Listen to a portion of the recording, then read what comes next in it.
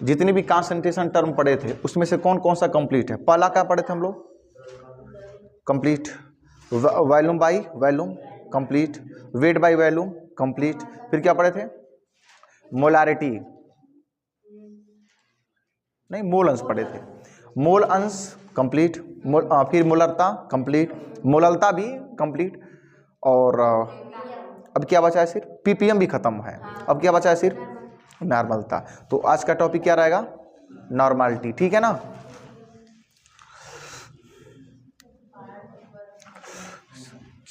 देखिए बच्चों, अच्छा ये सुनो, नॉर्मलिटी को पढ़ने के पहले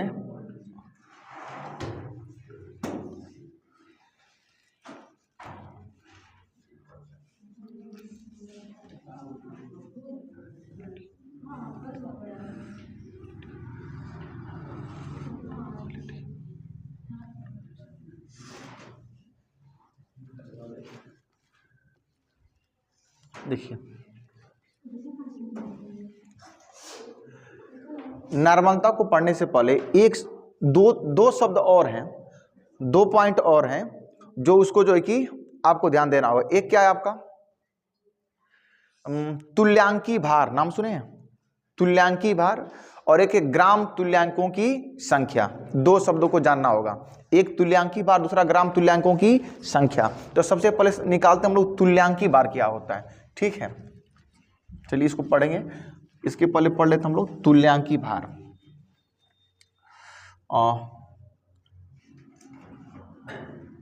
तुल्यांकी भार, देखो बच्चों ध्यान देना, नॉर्मलता को पढ़ने के लिए हमें तुल्यांकी भार का आना क्या है? जरूरी है। ठीक है, तुल्यांकी भार निकाल लेंगे। देखिए कैसे तुल्यांकी भार, तुल्यांकी भार को इंग्लिश में बोलते हैं इक्विवेलेंट वेट या मास भी बोल लेते हैं कुछ लोग। ठीक है, तुल्यांकी भार इक्विवेलेंट मास या वेट। ये कैसे निकलता है जरा ध्यान देना। तुल्यांकी भार निकालने का ये अलग अलग जैसे कि कंपोनेंट पर डिपेंड करता है। जैसे हम 3 प्रकार के कंपोनेंट लिए जाते हैं, एक एसिड, दूसरा आपका क्या होगा? बेस, और तीसरा क्या होगा आपका? साल्ट। एसिड के लिए अलग होगा, बेस के लिए अलग होगा, और साल्ट के लिए क्या होगा? अलग होगा। तो हमें ये पहचानना पड़ेगा कि जिसका हम तुल्यांकी भार निकालने जा रहे हैं वो एसिड है कि बेस है कि साल्ट है। अगर ये मालूम रहेगा तभी तुल्यांकी भार निकल पाएंगे। ठीक है, कैसे निकलेगा जरा बताओ।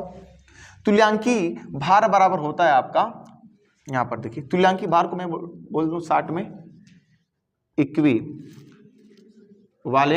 वेट, ऐसे लिख देता हूं। ठीक है, बराबर देखो इक्वी, W का मतलब क्या हो गया? वेट, 60 में।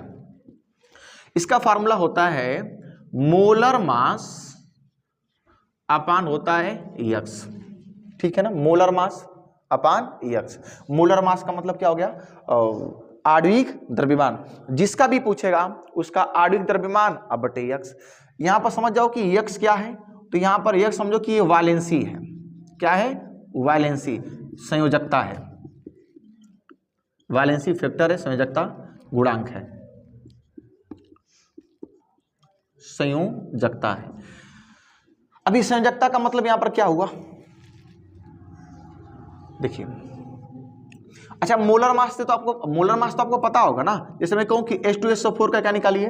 मोलर मास निकालिए। तो इसका कितना होता है? H2SO4 का मोलर मास कितना होता है? हाँ, कितना होता है? देख रहेगा तू लोग?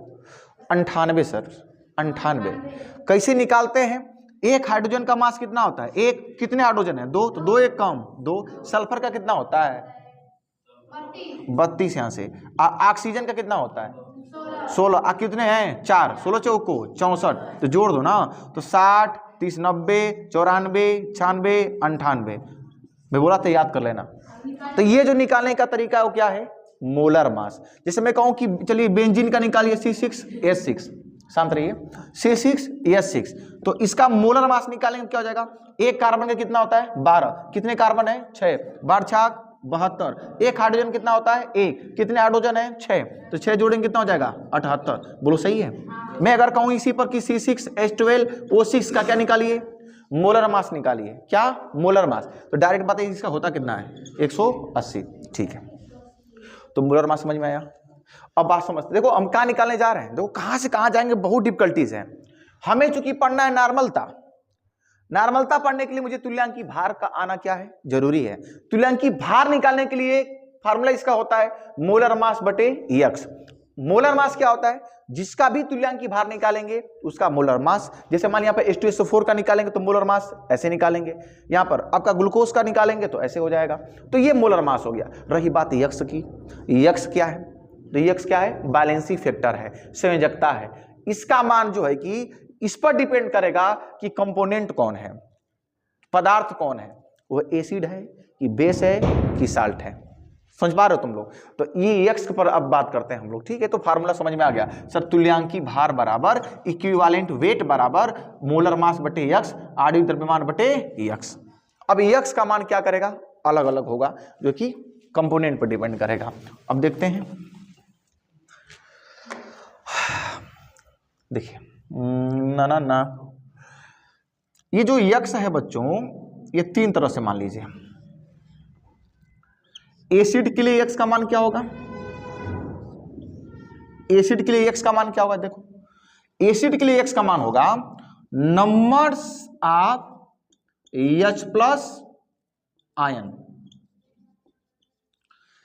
सॉल्यूशन में H प्लस के कितने आयंस है, बस समझ पा रहे हो, कितने H प्लस के आयंस है, या इसको बोलते हैं बेसिसिटी, बेसिसिटी बोलते हैं, इसको हिंदी बोलते हैं क्षारकता।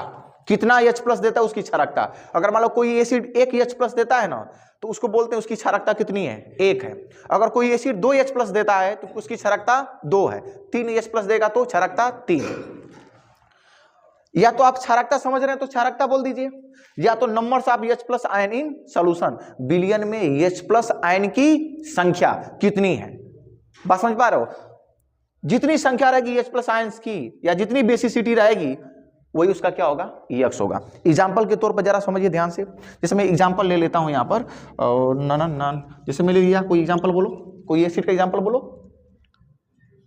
देखो जैसे मैं ले लिया H2SO4, तो बताओ अगर इसको सॉल्यूशन में डाला जाएगा, इसको सॉल्यूशन में डाला जाएगा तो बताओ कितना H प्लस देगा, 2 देगा। तो यहां से टाटा 2 H प्लस देगा और 2 देगा SO4 माइनस 2 में। तो यहां पर कितना H प्लस दिया है, 2, तो एक्स का मान कितना हो जाएगा, 2 हो जाएगा।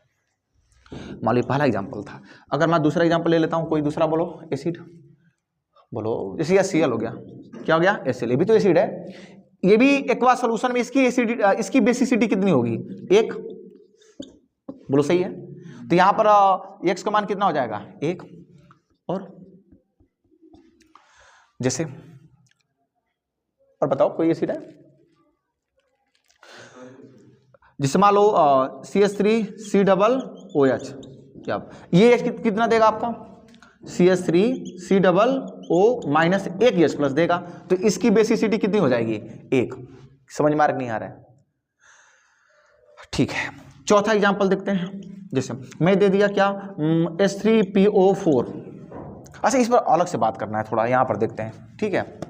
इस पर, इस एग्जांपल को यहां पर देखते हैं। मैं 3 चीज दे रहा हूं, एक है H3PO4, यहां पर मैं दे दिया H3PO3, यहां पर दे दिया H3। चौथा एग्जांपल, ये 5वां एग्जांपल और ये 6वां एग्जांपल, H3PO4, H3PO3, H3PO2। अब इनमें बताइएगा कि इनकी बेसिसिटी कितनी होगी, क्षारकता इनकी कितनी होगी, बताइए आप लोग, दिमाग लगाइए। तब तक इसको इंक दे दिया जाए, बताइए इसकी क्षारकता कितनी होगी, मतलब इसका यक्स का मान कितना होगा, सोचो।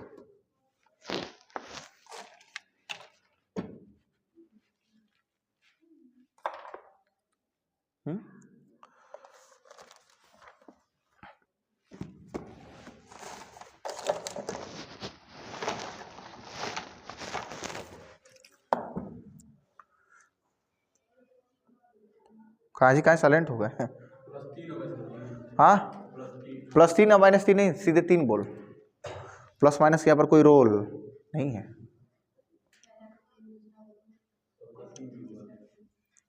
हाँ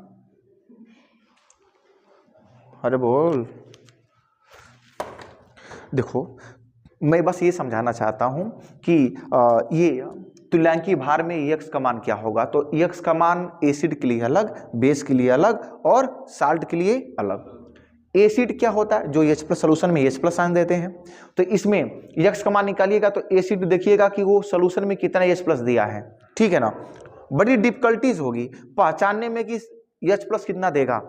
ये आपके ज्ञान पर आधारित है भैया कि सर कितना कैसे टूटेगा, तो ये तो पता ही है, पढ़े थे 10 में कि HCl कितना H+ देता है 1। एथेनोइक अम्ल CH3COOH कितना H+ 1। तो इसकी क्षारकता कितनी हो गई 1, मतलब इसके X का मान कितना हो गया 1। H2SO4 कितना देता है 2 H+ देता है, तो इसकी क्षारकता कितनी हो गई 2, मतलब X का मान कितना हो गया 2।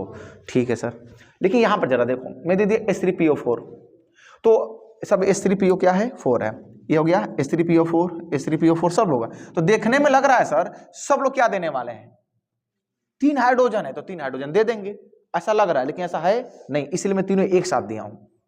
जैसे यहां पर कितना हाइड्रोजन दिखाई दे रहा था 2, तो हमने बोला 2, यहां पर 1 तो कितना बोला 1, लेकिन यहां पर देखिए कितना है 4 है, लेकिन कितना बोला गया है 1, क्योंकि ये H+ देता है, इस पर माइनस इस पर प्लस। क्लियर। अब सुनो, इसमें थोड़ा स्ट्रक्चर पर मायने रखेगा। जैसे मान लो यहाँ पर इसका स्ट्रक्चर बनाए हम, तो phosphorus double bond oxygen, 4 oxygen है 1 2 3, ऐसा मान लीजिए 1 2 3 ऑक्सीजन ऑक्सीजन ऑक्सीजन। क्लियर हो गया। फास्फोरस जनरली कितना बॉन्ड बनाता है 5, फास्फोरस कितना जनरली बॉन्ड बनाता है 5, क्योंकि आत्म कोश में कितने इलेक्ट्रॉन है उसके 5।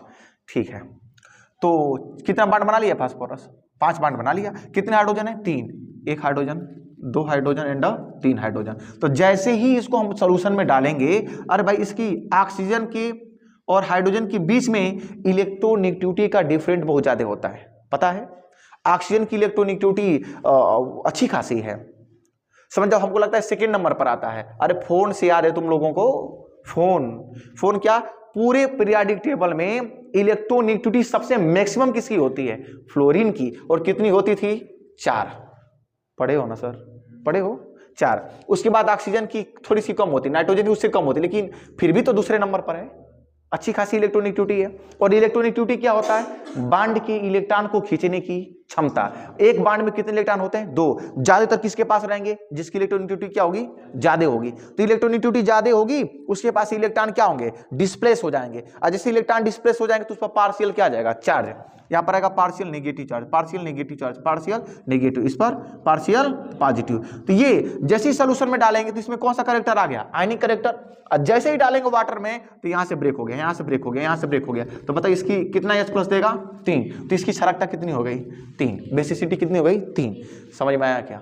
अब यहां पर देखो, यहां पर ऑक्सीजन कितना है 3, फास्फोरस कितना बॉन्ड बनाएगा 5, 1 3 है ना, 1 2 3, यहां पर 4 था, तो 1 2 3,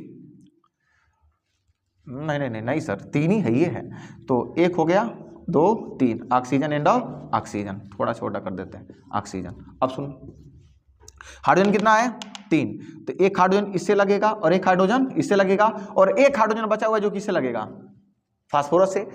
फास्फोरस का जो है कि बैलेंसी पूरी हो गई, 5 बॉन्ड बनाता है, 5 पूरा हो गया, सबका बैलेंसी पूरी है।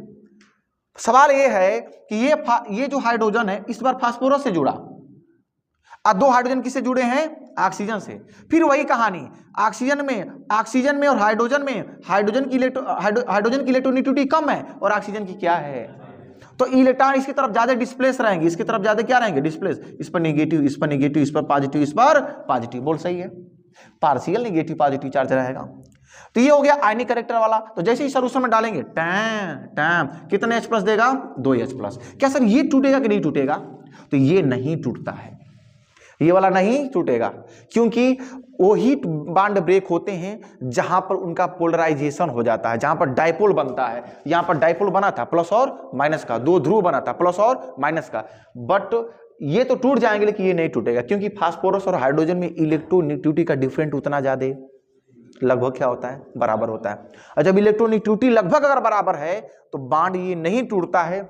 तो H3PO4 में क्षारकता कितनी है 3 है, परंतु H3PO3 में क्षारकता कितनी है 2 है। तो हम बस ये समझाना चाहते हैं कि इसको देख करके नहीं बता पाएंगे कि कितना H+ देगा, देखने में तो 3 है, यहाँ पर तीनों दिया लेकिन यहाँ पर कितना दिया 2, इसका मतलब स्ट्रक्चर भी मायने रखता है। हाँ सर, अब इसमें इसी तरह से इसका बताओ तो हाँ इसकी कितनी हो जाएगी 1 हो जाएगी। फास्फोरस कितना बनाएगा यहाँ पर 5 बाड बनाएगा, कितने ऑक्सीजन है 2, लो हो गया। तो एक यहाँ पर ऑक्सीजन 2 बाड बनाएगा, कि यहाँ पर हाइड्रोजन 1, यहाँ पर हाइड्रोजन 1, यहाँ पर हाइड्रोजन, तो ये तो टूट जाएगा, तो इसकी क्षारकता कितनी हो जाएगी 1, बट ये टूटने वाला नहीं है, तो यहाँ पर कितना हो गया 1। तो ये कुछ एग्जांपल्स हो गए किसके, एसिड्स के। समझ पाए तुम लोग ना, बहुत सारे एसिड आएंगे, बहुत सारे एसिड आएंगे। क्या यक्स का मान निकालना सीख गए एसिड के लिए, कितनी H+ देगा सॉल्यूशन में, या बेसिसिटी बोलिए, इसी प्रकार से आपका हो जाएगा। नया जी मिटाएं मिटाएं मिटाएं।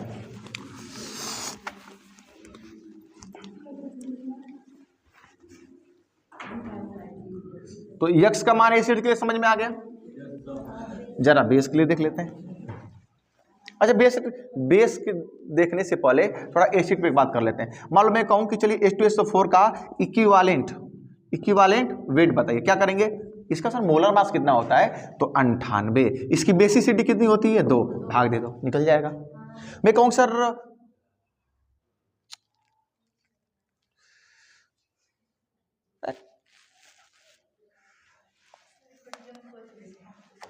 बात तो सही है, कोई बात नहीं, चलो ठीक है। हाँ मान लो अगर मैं इसी पर कहूं कि चलिए इक्विवेलेंट मास बताइए किसका, किसका मान लो HCl का बताइए, तो कितना हो जाएगा बताओ, HCl का निकालो कितना, इक्विवेलेंट वेट बराबर HCl का निकालेंगे तो HCl का कितना होता है सर 36.5, तो 36.5 अब बटे कितना हो जाएगा 1, क्लियर। अगर मैं कहूं कि चलिए बताइए CH3C डबल, हाँ तो एक हाइड्रोजन का नहीं जोड़ोगे, हाँ तू बहुत समझता है, पूरा मॉलिक्यूल्स का मोलर मास रखेंगे, एक एक परमाणु का रखेंगे, लगना नहीं चाहिए। चल बता, मैं कहूं CH3C डबल OH का क्या बताओ, इक्विवेलेंट वेट बताओ, कितना हो जाएगा बता, इसका कितना होता है 60 होता है, और इसका जो है कि बेसिसिटी कितनी होती है 1 होती है सर, तो 1 60 बटे कितना हो गया 1, तो ऐसे निकाल देंगे क्या हम लोग तुल्यांक की बार, बोलो समझ में आ रहा नहीं आ रहा है, चल मिटा रहे हैं अब पहुंचते हैं बेस पर।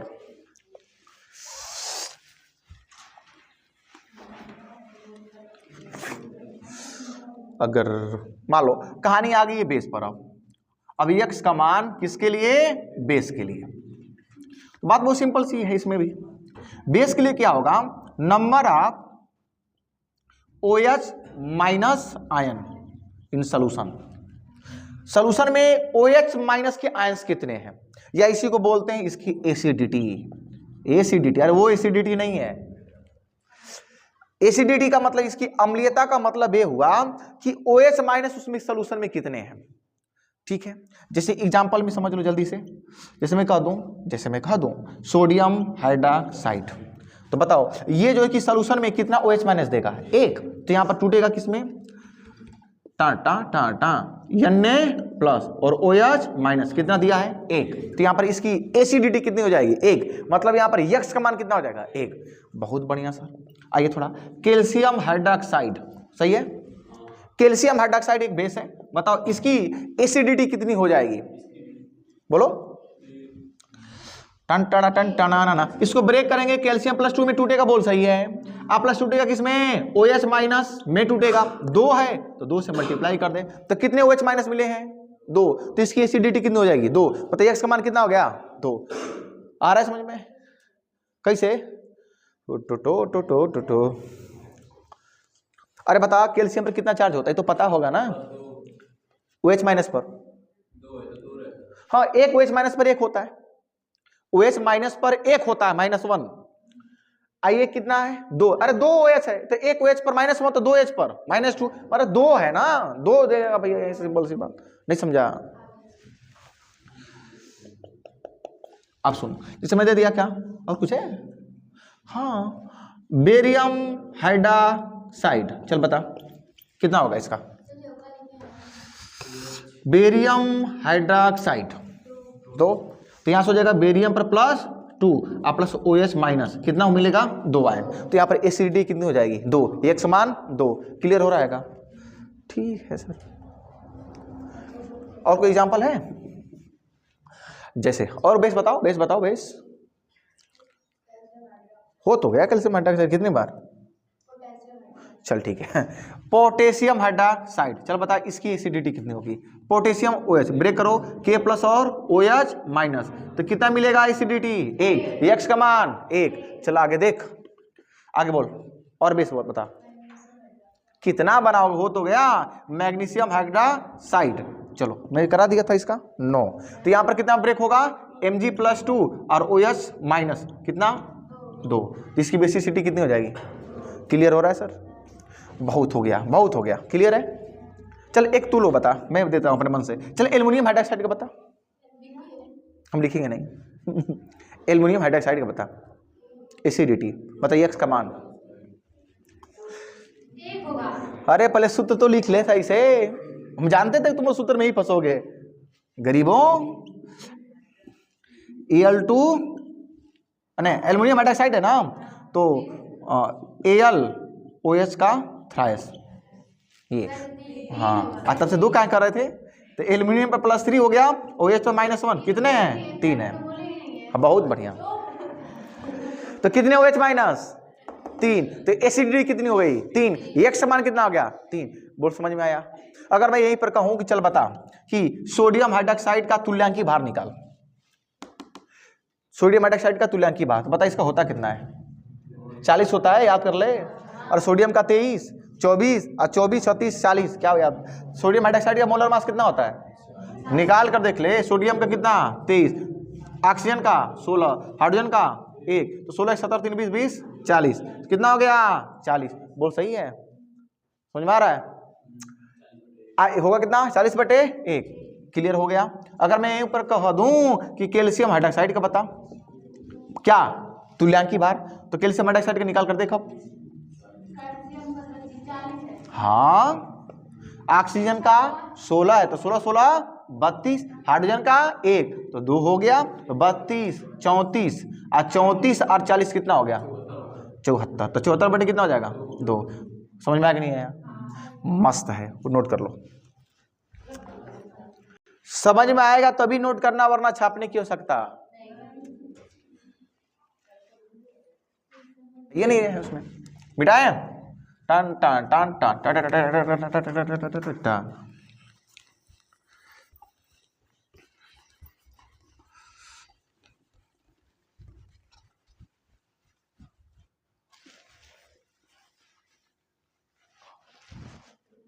निशा चल बता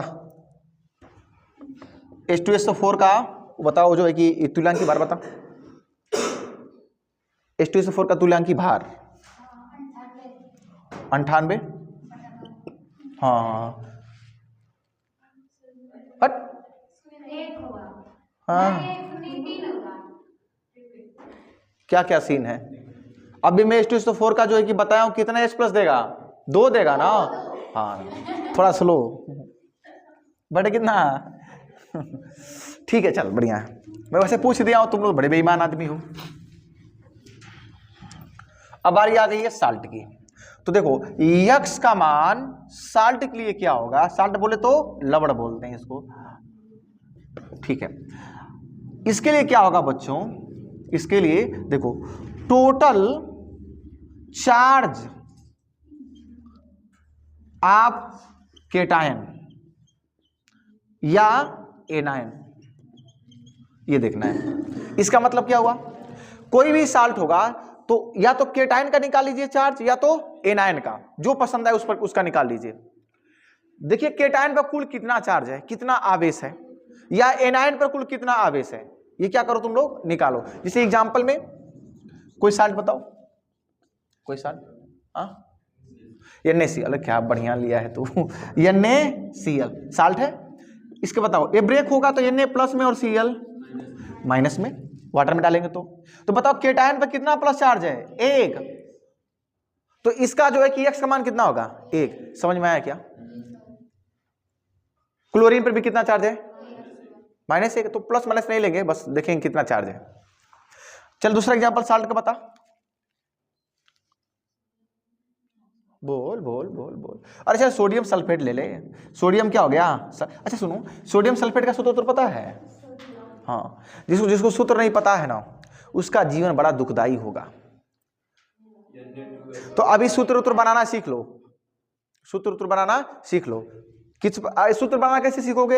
ये जान जाओगे किस पर कितना चार्ज होता है। मैं पढ़ाया हूं। चलिए मैं सोडियम सल्फेट का सूत्र लिखता हूं, Na2SO4 time time time time. अब सुनो, अब ये ब्रेक होगा तो बताओ कितना Na प्लस मिलेगा? 2। एक SO4 -2। हमको पता है भाई सल्फेट पर -2 होता है तो मैं ब्रेक कर रहा हूं। और दोनों को जोड़ेंगे तो क्या हो जाएगा? संतुलित हो जाएगा। अरे जितना प्लस उतना, अरे एक सोडियम पर एक प्लस तो 2 सोडियम पर 2 प्लस और 2 माइनस, बैलेंस हो गया, न्यूट्रल हो गया। अरे कोई भी आयनिक कंपाउंड क्या होता है? न्यूट्रल होता है। तो न्यूट्रल होगा तो प्लस माइनस कैंसिल होकर 0, टोटल चार्ज 0 हो गया। अब सुन बता, यहां पर चार्ज कितना है केटायन पर? 2। एक पर +1 है तो 2 पर कितना हो जाएगा? 2 तो +2। इस पर भी कितना है? 2 ही है, -2 का है तो 2 हो गया यहाँ पर। तो सोडियम सल्फेट के लिए इसका जो x का मान कितना होगा? 2 होगा। समझ में आ रहा है क्या सर? बहुत बढ़िया। और बता साल्ट। चल एल्युमिनियम में क्लोराइड दे देता हूं। चल बता एल्युमिनियम, बता इस पर कितना होगा? 3। एल्युमिनियम ब्रेक होगा किसमें? एल्युमिनियम पर +3 चार्ज होता है और क्लोरीन पर -1 कितना देगा? 3 देगा। तो बता कितना चार्ज आ रहा है? 3। चाहे केटायन का निकालो चाहिए 10। और चौथा चल एल्युमिनियम सल्फेट का निकाल। एल्युमिनियम सल्फेट का बताओ, मैं सूत्र नहीं लिखूंगा। एल्युमिनियम सल्फेट का, एल्युमिनियम सल्फेट का, हाँ एल्युमिनियम सल्फेट पर कितना उसका x का मान कितना होगा? क्या है अत्याचार? बता रहे हो 4। हाँ का मान एल्युमिनियम सल्फेट के लिए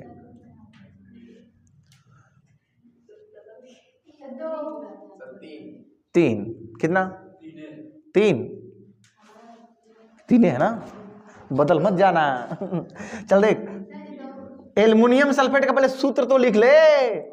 एल्युमिनियम पर +3 होता है, सल्फेट पर -2 होता है, इसका मल्टीप्लाई यहाँ पर Al2, इसका हो गया क्या? थ्रायस। तो ऐसे बनता है Al2SO4 का थ्रायस। अब बता बेवकूफों, एक एल्युमिनियम पर कितना होता है? +3। कितने एल्युमिनियम है? 2, तो 2 तिहाई 6। अरे बेवकूफों सुधर जा। SO4 पर -2 कितना हो जाएगा? 3। बता अब कितना चार्ज रहेगा? 6। तो x का मान कितना हो गया? 6। टा टा टा टा टा टा। 3 है तो 2 है तो 1 है, 6 कोई नहीं बोला, बस हो गया। और कोई साल्ट का नाम बताओ, और कोई साल्ट बताओ। चल बताओ, और कोई है साल्ट? मुझे याद नहीं आ रहा है, बहुत है। जैसे मान लो कि कैल्शियम कार्बोनेट, 5वां कैल्शियम कार्बोनेट। क्या मैं तो सही लिखा हूं? बताओ कितना हो गया यहां पर इसका? ये टूटेगा, टटन टटन टटन। कैल्शियम +2 में और CO3 -2 में, बता कितना होगा? 2 होगा। तो विद्यार्थियों समझ में आ गया कि नहीं आ गया? ठीक है। अगर मान लो अब मैं कहूं कि चलो एक काम कर लो कि अगर मैं कहूं चलो बताओ सोडियम क्लोराइड का तुल्यांकी भार बताइए, सोडियम क्लोराइड का इक्विवेलेंट वेट बताइए, तो क्या होगा? जोड़ दीजिए, सोडियम क्लोराइड का 23, ये क्लोरीन का जोड़ो 58.5 बटे कितना हो जाएगा? अगर मैं यहीं पर कहूं कि सोडियम सल्फेट का चलो बताओ तुल्यांकी भार, तो इसका मोलर मास और बटे 2, तो ऐसे निकाल लेंगे। इसे नोट करो, नोट करो, इसे खांसी आ रही है।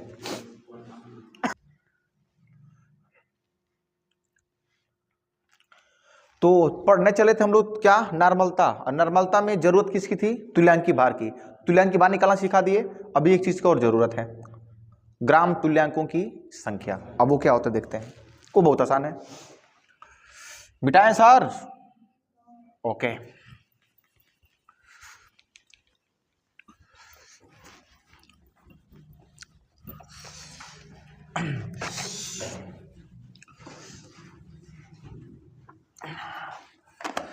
अब पढ़ते हैं, समझते हैं ग्राम तुल्यांकों की संख्या।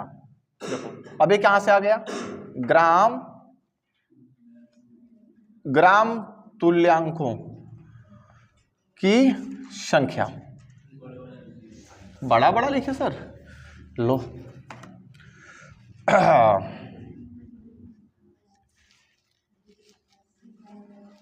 बात मत करो बच्चों। ग्राम तुल्यांकों की संख्या क्या होता है नीतू बताना, ग्राम तुल्यांक की संख्या क्या होता है। देखो अपन दूसरी दुनिया में है, ग्राम तुल्यांकों की संख्या क्या होता है। अब सुनो, इसका होता है द्रव्यमान, जिसका पूछेगा ग्राम, देखो जिसका ग्राम तुल्यांक पूछेगा ना उसका द्रव्यमान दिया रहेगा, तो द्रव्यमान बटे तुल्यांकी भार क्या हो जाएगा, तुल्यांकी भार। क्लियर हो गया, बढ़िया है, बस यही है, ग्राम तुल्यांकों की संख्या बटे तुल्यांकी भार, ग्राम तुल्यांक की संख्या बराबर द्रव्यमान बटे तुल्यांकी भार। बहुत बढ़िया। हाँ एक बात और सुनो, इसको शॉर्टकट में बनाना चाहेंगे तो ऐसे भी लिख सकते हैं, ना ना ना, ग्राम इक्विवेलेंट, यार सर चलो अंग्रेजी में लेते हैं, नंबर ऑफ ग्राम इक्विवेलेंट, सही है ना, नंबर ऑफ ग्राम इक्विवेलेंट क्या हो जाएगा, द्रव्यमान को क्या बोलते हैं, मास, अपन क्या हो जाएगा, इक्विवेलेंट वेट। क्लियर हो गया, तो हो गया अंग्रेजी में इसका फार्मूला 10n है। सिंबल वाला फार्मूला लिखेंगे तो ये तो वही रहेगा, ग्राम तुल्यांक को क्या लिखें, ग्राम ही लिखो, नंबर ऑफ ग्राम इक्विवेलेंट क्या हो जाएगा, मास को जनरली W से रिप्रेजेंट करते हैं, कितना वजन में है, 15 ग्राम 20 ग्राम 45 ग्राम जो भी है, इक्विवेलेंट वेट को E से, तुल्यांकी भार को E से, तो फार्मूला ये बन गया, जैसा पसंद लिखो। क्लियर हुआ क्या, निकल जाएगा। समस्या ये है सर, तुल्यांकी भार निकालना सिखाए हैं, द्रव्यमान दिया रहेगा 20 ग्राम 25 ग्राम 30 ग्राम 40 ग्राम 50 ग्राम। क्लियर हुआ। अच्छा एक बात सुनो, ये फार्मूला तो बिल्कुल उससे मिलता जुलता है, मोल निकालने का फार्मूला पढ़े हो, मोल क्या होता है, मोल निकालने के लिए फार्मूला क्या होता है, मतलब मास बटे मोलर मास। जरा देख समानता ही नोम देख, अगर हमको नंबर ऑफ मोल अगर निकालना है, मोलों की संख्या निकालनी है, तो फार्मूला क्या होता था जरा बता, मास बटे मोलर मास। बोलिए तो याद होगा ना, खूब सवाल इस पर किए हैं। जरा देखो ये तो मोल निकालने का फार्मूला, जरा देखो तुम्हें क्या निकालना है, नंबर ऑफ ग्राम इक्विवेलेंट, सही है ना, ग्राम इक्विवेलेंट। अगर ये निकालना है तुझे तो इसका फार्मूला क्या होता है, मास अपान, और यहां पर मोलर मास रख रहे थे तो यहां पर क्या रखेंगे, इक्विवेलेंट मास, सही है ना, सही है ना, इक्विवेलेंट मास या वेट, मास को क्या बोल सकते हैं यहां पर, वेट बोल सकते हैं। क्लियर हुआ कि नहीं हुआ। तो जैसे मोल में मास बटे मोलर मास, वैसे यहां पर ग्राम तुल्यांकों की संख्या बराबर मास बटे इक्विवेलेंट मास या इक्विवेलेंट वेट। दिमाग में गया, अच्छा जी। हाँ तो ये दोनों के बाद अब हम चाहेंगे तो क्या पढ़ सकते हैं, नॉर्मलता। अब आ गया नॉर्मलता। क्लियर हुआ कि नहीं हुआ, बस उतार लो, क्वेश्चन कराएंगे ना, नॉर्मलता पढ़ाने के बाद क्वेश्चन कराएंगे, और क्या, नॉर्मलता पर क्वेश्चन आएगा तो निकालना ही पड़ेगा। तो अब नॉर्मलता पढ़ लेते हैं जल्दी जल्दी, समय भी इशारा कर ही रहा है धीरे धीरे। अब इस पर ज्यादा समय लेंगे तो नॉर्मलता नहीं पढ़ पाएंगे, नॉर्मलता पढ़ भी लेंगे तो न्यूमेरिकल नहीं कर पाएंगे, समस्या है। 10-15 मिनट में निपटा देना है, और तुम लोग मानोगे नहीं, आओगे विषय पर। मिटाएं सर, अब तो मिटा दें। अब पढ़ लेते हैं हम लोग नॉर्मलता। कुछ ज्यादा बात नहीं कर रहे होगा तुम लोग, आज हो रहा है ना, ठीक है। तुम्हारी हरकतें ठीक है, तुम्हारी हरकतें ना, नहीं ओ नहीं, सबकी हरकतें जो है कि रिकॉर्ड हो रही है, आज सब ही रहेगा इतिहास के तौर पर, देख लेना कई सालों बाद भी, हम तो चले जाएंगे लेकिन ये रह जाएगा, तो उस देखना अपनी हरकत कितना बात कर रहे थे। चलिए देखिए सर, आते हैं हम लोग नॉर्मलता की तरफ। ठीक है, नॉर्मलता टॉपिक ये था, लेकिन जानने के लिए 2 चीज पढ़ना था, नॉर्मालिटी, ठीक है ना, बहुत बढ़िया, नॉर्मलिटी। अब ये क्या होता है, सिंपल सी बात है, देखो नॉर्मलता बराबर होता है, नॉर्मलता बराबर होता है विलय के ग्राम तुल्यांकों की संख्या, ग्राम तुल्यांकों की संख्या, सही है ना, और बिलियन का आयतन लीटर में, बिलियन का आयतन लीटर में, ये हो गया नॉर्मलता का सूत्र। अब जरा इसका फार्मूला ओवरऑल बनाते हैं। नॉर्मलता को जनरली किसे रिप्रेजेंट करते हैं, एन से। अब विलय के ग्राम तुल्यांकों की संख्या, जरा तोड़ना इसे, ग्राम तुल्यांक की संख्या कैसे निकालते थे पता, ग्राम तुल्यांक की संख्या क्या था, मास अपान, देखो ध्यान से बताना, इक्विवेलेंट वेट या मास जो भी है, ठीक है ना, ठीक है, इक्विवेलेंट वेट। मास को जनरली किससे रिप्रेजेंट करेंगे, डब्ल्यू से। इक्विवेलेंट को मैं क्या लिखूं, इक्यू लिख दूं और डब्ल्यू लिख दूं, या सिर्फ इक्यू लिख दूं, इक्यू डब्ल्यू लिख दूं, इक्विवेलेंट वेट चलेगा ना, ठीक है। तो ग्राम तुल्यांकों की संख्या बटे, जरा ध्यान देना, ग्राम तुल्यांकों की संख्या बटे मैं लिख सकता हूं क्या, मास बोले तो डब्ल्यू, अब बट तो डब्ल्यू हो जाएगा, अब बटे में क्या हो जाएगा आपका, इक्विवेलेंट वेट, क्लियर हो गया। इनटू क्या हो गया, यहाँ पर आयतन को किससे रिप्रेजेंट करते हैं, बी से, तो बी हो गया, लेकिन ध्यान देना किसमें, लीटर में। थोड़ा शांत रहिए सर। नॉर्मलता बराबर, अब बताओ इक्विवेलेंट वेट कैसे निकलता है, देखना ध्यान से देखना, ये हो गया डब्ल्यू। इक्विवेलेंट वेट कैसे निकलता है, तुल्यांकी भार कैसे निकलता है, मोलर मास बटे यक्स। तो मोलर मास तो किससे रिप्रेजेंट करते हैं, यम से, किससे, यम से। तो इसको तोड़ेंगे तो मैं तोड़ सकता हूं का, यम बटे यक्स, इंटू क्या हो गया, भी, वो भी किसमें, क्लियर है ना। तो यक्स कहां चला जाएगा, ये बहुत ऊपर नहीं जाएगा, तो नॉर्मलता बराबर यहां से हो जाएगा सर क्या, यहां से हो जाएगा क्या, डब्लू बटे, सुनो डब्लू बटे यम इंटू भी, वो भी किसमें, लीटर में, इंटू क्या हो जाएगा आपका, यक्स। चलो यक्स ऐसे बना देता हूं, क्लियर है, ये हो गया, ये नॉर्मलता का क्या हो गया, सूत्र। अगर इसी को चाहोगे तो और बदल सकते हो, जरा देखो कैसे। अगर ये मान लीजिए लीटर में दिया है तो ठीक है, रख लो। अगर ये एमएल में देता तो इसको बदलना पड़ता किसमें, लीटर में, तो किससे भाग देना पड़ता, 1000 से, तो 1000 भी कहां चला जाएगा, ऊपर, बहुत बढ़िया। तो इसमें मल्टीप्लाई करना चाहोगे तो नॉर्मलता बराबर आपका हो जाएगा क्या, डब्लू गुड़े 1000, अब बटे क्या हो जाएगा, यम इंटू भी इंटू यक्स। बोल सही है सर, कहां पर आट के पटके हैं। नॉर्मलता बराबर डब्ल्यू गुड़े 1000 बटे यम गुड़े भी, ये यम कैपिटल यम है और सब पता है, डब्ल्यू यहां पर डब्ल्यू क्या है, मास है, ठीक है, और यम क्या है, कैपिटल यम मोलर मास है, और भी क्या है, वो वॉल्यूम है, किसमें वॉल्यूम किसमें, एमएल में, वेरी गुड। और यहां पर यक्स क्या है, एसिडिटी या अरे सीधे लिखते बैलेंसी चलेगा, बैलेंसी। तो इतने सारे हो गए फैक्टर, क्लियर हुआ। अब बारी आती है किसकी, सवाल की, क्या आती है, सवाल की। तो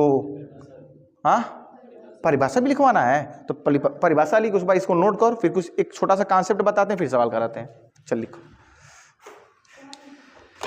परिभाषा लिखिए।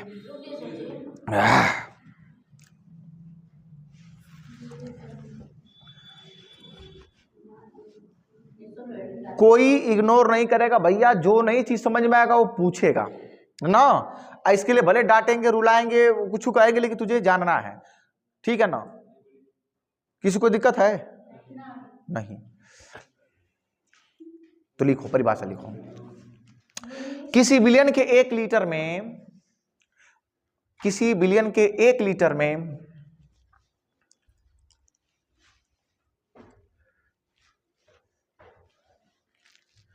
घुले बिले के घुले बिले के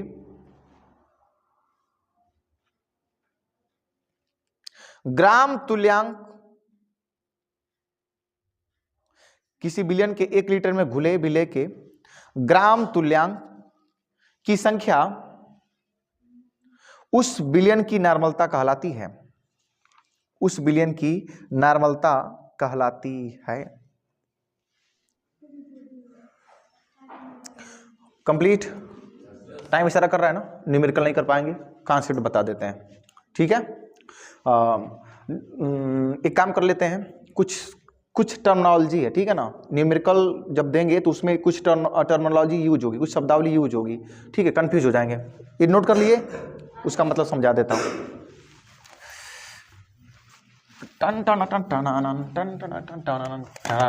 अब देखो कॉन्सेप्ट क्या है, जरा ध्यान देना, कॉन्सेप्ट समझिए।